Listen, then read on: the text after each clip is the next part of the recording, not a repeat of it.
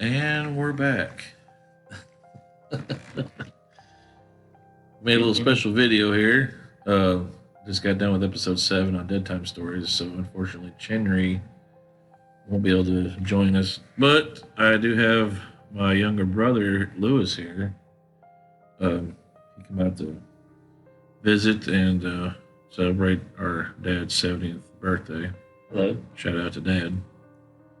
But he lives in Washington State and has an interesting Bigfoot story that he'd like to share. Mm-hmm.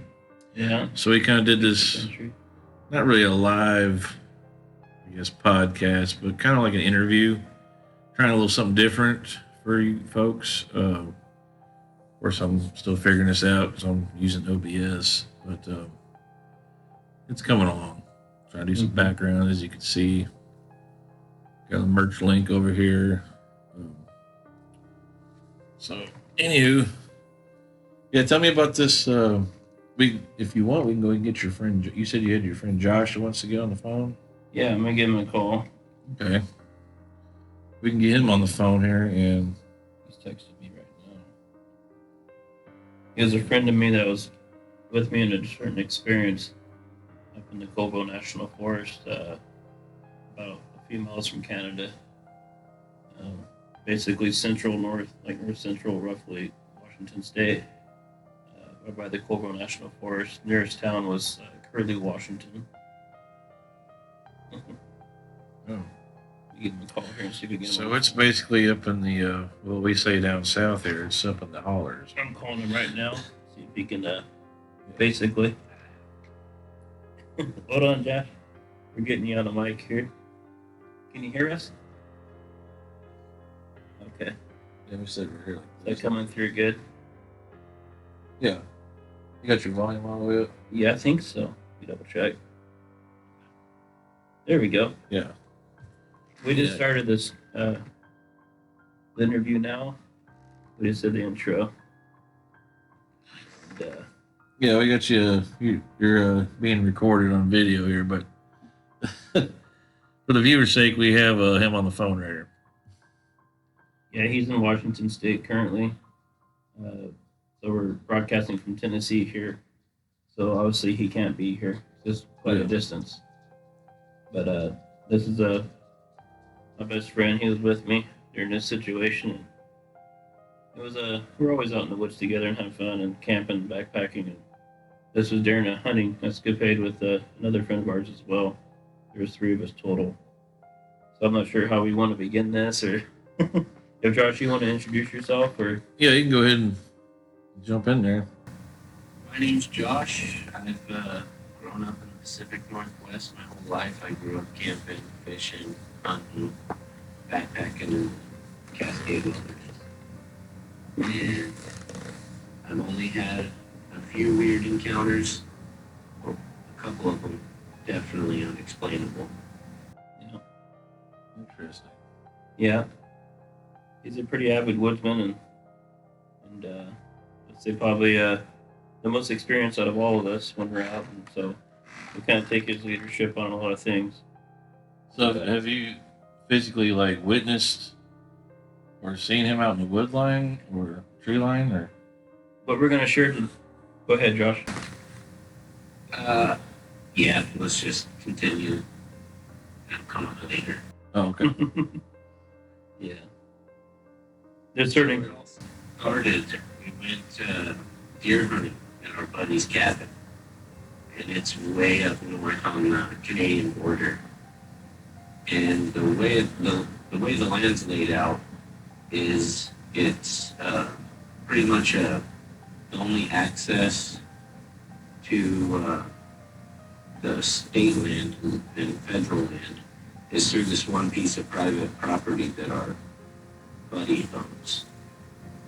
And so we went up there hunting, thinking, this place is remote. We're gonna find some really nice deer.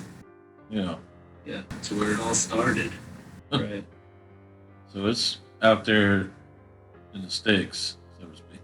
Yeah. Oh yeah. It's pretty remote. A lot of There's parts. a town that has fuel is an hour and a half, 2 hours away. Yeah. Oh shoot! So you got to fill it for you to even head out that way. Right. Yeah, you drive through literal ghost towns getting to the property. Oh Mhm. wow. Just time for God. Yeah.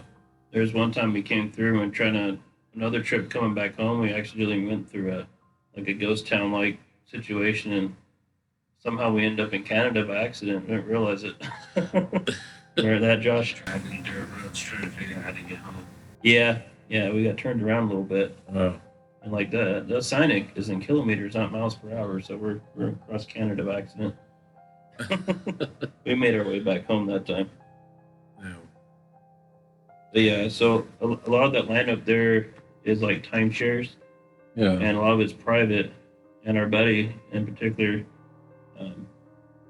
James Presley, his family, they own a whole hillside up there. They bought that, and roughly, what do you think? How many acres is it? Think, Josh? It's 100, About 100-acre section. 100 acres. And Oh, they have wow. a cabin that his father and family pretty much built over the years, little by little, each summer. So they're using the pines and stuff that are around the area to build a real like pioneer cabin.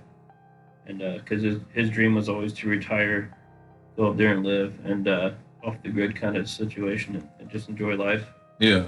and be like an old cowboy basically. And what she's doing now to this day, he comes down every now and then to, see if he needs, medical or anything, or get food or something, Yeah. or what have you. But yeah, he's living up there off the land mostly. But at the time of this story, he was not. There was nobody around. Yeah, this time it was just us. Okay. We were getting the cabin ready. Yeah. Off and on. We'd go up there Oh, I see. here for a week or two. Get it ready for hunting. Yeah. Yeah. It was kind of, they didn't go up there to the property for 15 years or so. Oh shoot! So it was. And then, yeah, I see. we were talking about it. And Presley spilled the beans that his dad had this property. And I was like, well, let's head up. Let's go find something. Yeah. We were all over the state, camping, hiking, all kinds of adventures. Yeah, I gotta say it's really beautiful up there. It's almost like subalpine, I believe, right, Josh? Kind of subalpine in a way, No, nothing. or kind of, yeah. There's some rocky tops up there though. So But the weather is extreme. Yeah. This one is. Right. So were you guys up there? Like what season was this? Is in October. It was Oh, this was. October. This was like. Okay, so it was like fall. October 12th, Okay. 2014 was the date. So it was, Okay. it was this particular story. we're So it gonna was like share was early ago. fall then. Yeah, it was during like hunting season, pretty Okay. much. Yeah. It was actually 2 days after, something like that. Right. So during that week, because we took that week off. So Yeah. So when did you start having weird experiences up there? Is it, we went around, and I got a deer on the first day. oh wow. Up on it was to the north of the property, up in the state land. And we walked, and Lewis was with me, and Presley and his dad were hunting the low ground. And we hunted the entire day, ended up getting a deer, gutted it, and came back into camp. And it was just normal, nothing out of ordinary. And the next morning, I told my buddy Presley, I was like, we'll go jump the gut pile trying to see if we can find a bear. Yeah. We'll take you up in there and try to get you a deer. And this day was raining hard. It was definitely a downpour. Yeah. So that morning, right before light, we started heading up there, and it was a few miles away to get to the hike. And we get over there right as the sun comes up and start up a hill. And the path in which we were taking was an old forest road that they used for They made for a fire burn, Okay. forest fire path. Like a service road. Yep. Yeah, they got. They'd taken a dozer or a loader and cut big berms into it to where you couldn't drive over it with almost anything. Oh, I see. They want to keep vehicles out Yeah, from they- going up this forest yeah. road. They want to keep it just for if you're hiking in or Yeah. whatever. Or That you're way they hunting. keep. That way they keep people from going Yeah. back there and four wheeling and stuff. Exactly. Yeah. And as we went up this road, it was raining hard enough that there was little areas where the water was running down the road because it was the easiest way for it to get down the hill. Yeah.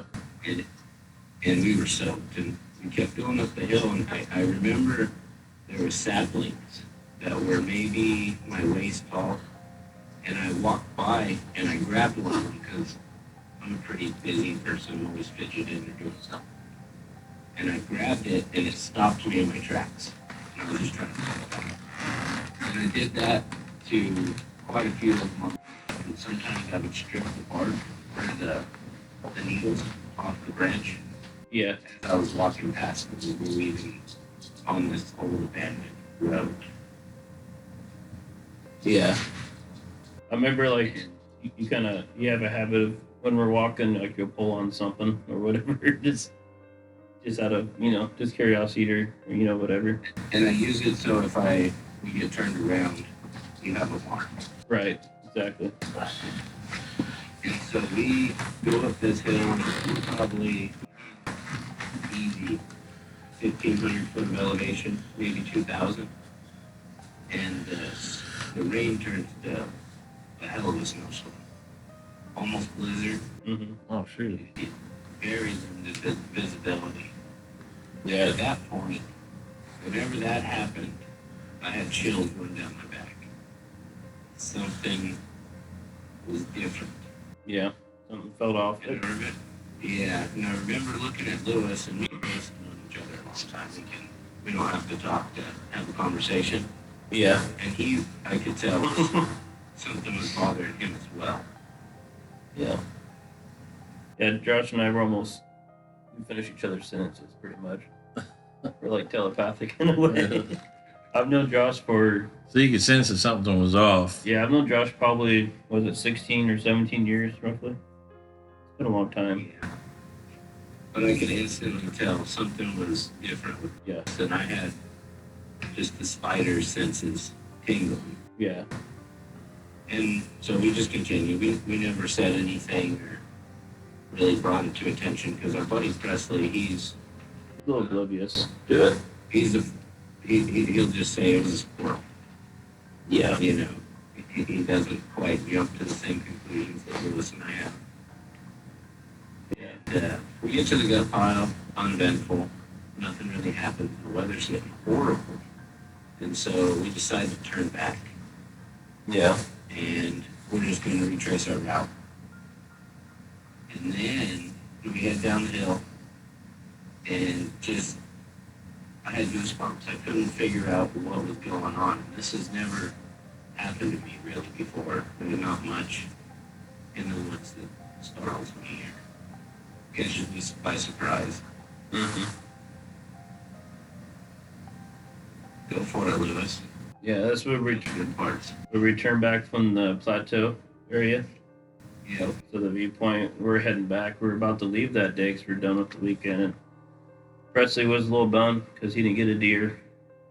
But, we got to say basically our goodbyes to the area. And we're getting soaked. And we're ready to head out. But like Josh said, we had weird feelings. Him and I did. We kind of sensed something was kind of amiss, kind of a little weird. So when we head back from this little viewpoint, basically, it's like, I would say, we think just like 100 yards from the road where we were. We were heading, Yeah. yeah, about roughly 100 yards, I'd say. So we got back to the road, and at that point, I believe, is when we saw some saplings uprooted. Like balls of trees. One that I had really gnarled up so I knew where we entered or left the road at. Uh-huh. was completely out of the ground, like the Grinch stole a Christmas tree. Yeah. Oh, The yeah. ball, So, everything. You know, 5 gallon bucket, where's the root ball? The root ball is probably the size, I would say about the size of a basketball, I'd say, right? Yeah. Like it'd take a tremendous force to pull that out. No human could pull that out. And No, it was, and the ground was hard packed gravel, yeah, kind of a hard clay gravel mix, and it was rock hard. yeah, yeah. We weren't leaving footprints or nothing, you know, so it wasn't like mud. yeah. It was wet though, and it was snowing at the top, so the ground was wet. But like Josh said, it's like compacted, almost pretty much gravel. It's like a Yeah. gravel, like clay mud mix kind of thing. Yeah. But it's a pretty strong ground, and like we weren't leaving any tracks in the road going up there. But yeah, we I can. don't think two of us could have pulled one of those out. Yeah, yeah. And at that point, we continued down, didn't we, Josh? I remember looking over at you when that was out of the ground. Yeah, We both, like, kind of got the chills. And our buddy Presley, he thought it was a bear. nobody else is up there I with don't us. think it could have been a bear in any way, shape, or form. Because it wasn't. Yeah, bears. Well, bears don't have thumbs to rip out trees, though. Right. No. Yeah. Yeah, so we just started lollygagging back, and me and Lewis are pretty quiet, just kind of listening. Mm-hmm. And the further we go down the hill, the more I am extremely uneasy. Anxiety attack for some weird reason. I know someone's watching me. Yeah. You know, you can feel them on the back of your neck. Yeah, hairs stand up. Yeah. Exactly. And then so we stopped, maybe a quarter mile down the road. Mm-hmm. From the top up there. Yeah. A few minutes, you know, maybe we were just kind of silent, and I was running it through my head, so I don't know the exact distance. And we stopped, and Lewis pulled out his little burner, and we made I don't remember if it was tea in a mountain house. Yeah. We made a mountain house. I think it was like spaghetti or something, if I remember right. Yeah, and we Something like stood that. under the tree with our kind of facing out from under this overhang tree, kind of backs towards the cliff, and we ate and kind of forgot about it a little bit, you know, calmed down. Yeah. And about then, we heard something. I don't know. We didn't see it, but whatever it was circling us and fast. Yeah. But it sounded heavy, heavier than deer for sure. And this area had 0 up. Mm-hmm. And they had a little bit of moose, but I've been in the woods with moose, and they don't move this fast. It did sound like it was. Yeah, like you said, it is faster than a moose. It was heavy sounding, similar to a moose sound, but it was fast. Really fast. I remember that part. And it circled us a few times. You'd hear a stick break here, and you'd hear rapid Mm-hmm. footsteps, and it sounded kind of really big Olympian dude running circles around us. Right. Definitely high anxiety after that. Mm-hmm. And so the three of us kind of, you know, stayed close together, watching all around us as we proceed down the hill. And that's when Lewis found the first print. Mm. I'll never forget that print. It was deep into that compacted road, and I think if something that were to leave that, it would have to weigh a tremendous amount of weight. Yeah. You know, something of upwards of 400 or 500 pounds worth, maybe more, and which is, I don't know, tremendous amount of weight, and it was the shape of a human foot, but it was much bigger. It was about 6 inches past my toe when I put my foot where the heel looks like it was. So it was a huge foot, What and size is your shoe? I wear a size 10 and a half. So you can imagine if somebody wearing like a size 18 or something. Yeah. Yeah. And this particular one was in that hard packed gravel that the trees were in. Yeah. And Presley, he figured it was a front foot and a back foot of a bear. Yeah. And this, this one we found, it wasn't, but yeah, sure, let's just get off this mountain, whatever. And we progressed down, and there's another really long stretch of the road that's straight, and there's those root-ball trees sitting in the road. Just littered everywhere. Every one of them that I touched on the way up is pulled out just like the first one that we found. Yeah. Just laid out, pulled out of the ground, That's crazy. basketball size ball root, and just laid like littered. Like, Some have like the, cantaloupe-sized rocks that the roots grew around. Yeah. Attached to the root balls. So some actually ripped this shit up and tossed it. Yeah. yeah. I couldn't recreate it without an excavator and a chain or some form of loader or tractor or something. Yeah. Wow. And, some of them were as tall as my shoulder, and some of them were, mid-thigh. So it was, various growth. So it wasn't just all the babies. Yeah. Right. And at that point, we stood there and just kind of watched around us for a while. And I noticed that there was another Bigfoot, or what we think to be a Bigfoot, Mm-hmm. but it's going uphill. Oh wow. So you This got area that we were in, the ground was a little softer, and So- we were leaving very faint footprints. you've seen prints going up and downhill. Yeah. So the ones going up were maybe not as deep as the ones going down, I would think. Hmm. If I remember correctly back then, but they were filled up with water is the key thing.